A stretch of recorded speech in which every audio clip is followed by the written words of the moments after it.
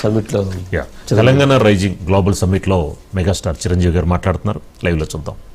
అవకాశం గొప్ప అదృష్టంగా నేను భావిస్తున్నాను. అయితే ఇక్కడ కేవలం చిరంజీవికి మాత్రమే ఇచ్చారు, అందుకే చిరంజీవిని ఆహ్వానించి అక్కడ కూర్చోబెట్టారని నేను అనుకోవటం లేదు.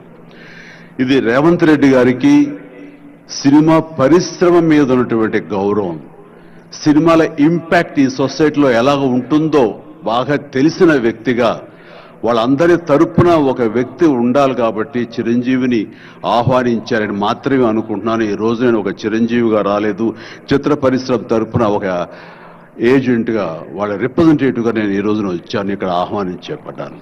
కాబట్టి దానికి ప్రత్యేకించి పరిశ్రమ తరపున శ్రీ రేవంత్ రెడ్డి గారికి మనస్ఫూర్తిగా నా హృదయపూర్వక ధన్యవాదాలు తెలియజేస్తున్నాను.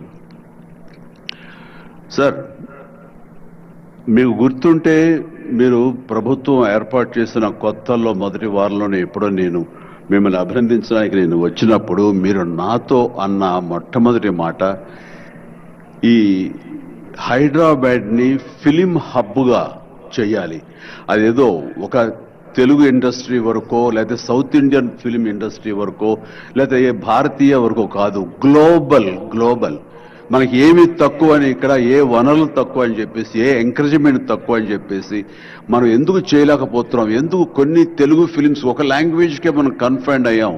కాబట్టి నా ఉద్దేశంలో ఇది గ్లోబల్గా అన్ని రకాల ఇండస్ట్రీస్ ఇతర లాంగ్వేజ్ నుంచి సినిమా వాళ్ళు ఇక్కడ రావాలి, ఇక్కడ షూటింగ్ చేసుకోవాలి, అది నా ధ్యేయం అని అన్నప్పుడు చాలా ధైర్యంగా మాట్లాడుతున్నారు. చాలా అది నిజం కుదురుతుందా? ఎక్కడి నుంచో ఇతర దేశాల నుంచి వచ్చి ఇక్కడ షూటింగ్ చేయటం అన్నది, నేను టూరిజం మినిస్టర్గా ఉన్నప్పుడు ఫిలిం టూరిజంగా ఇక్కడ ఎంతమంది ఆహ్వానించడానికి ఎంతో శ్రమ పడ్డాం, ఎంతో కష్టించాం. కానీ ఇక్కడ ఉన్నటువంటి అట్మాస్ఫియర్ కానీ ఎంకరేజ్మెంట్ కానీ ఆయా గవర్నమెంట్లు అంత లేకుండా ఉండటంతో అది అంత పూర్తిగా సఫలీకృతం కాలేకపోయాం.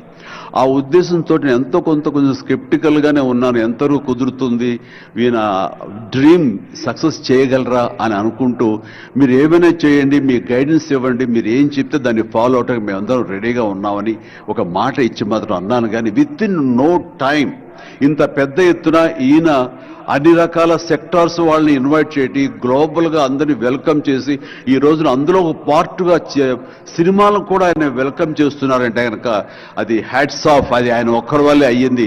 అన్నట్టుగా కాకుండా అన్నది సాధ్యం చేసేలాగా ప్రాక్టికల్గా ఈ రోజు మనందరం చూస్తున్నాము. ఇది చాలు, డెఫినెట్గా ఆయన అనుకున్నది సాధిస్తారనే ప్రగాఢమైన నమ్మకం నాకు ఏర్పడింది. ఎందుకంటే ఆయన అన్నది హైదరాబాద్ అనేది సెంట్రల్ లొకేటెడ్ మన కంట్రీలో. ఏ ఇతర ఇంపార్టెంట్ సిటీస్కి వెళ్ళాలని సరే 1 అవర్ డిస్టెన్స్లోనే ఉంది. మేబీ ఢిల్లీ ఇంకొక 1 అవర్ పడుతుందేమో తప్ప. అండ్ ఇక్కడ లేని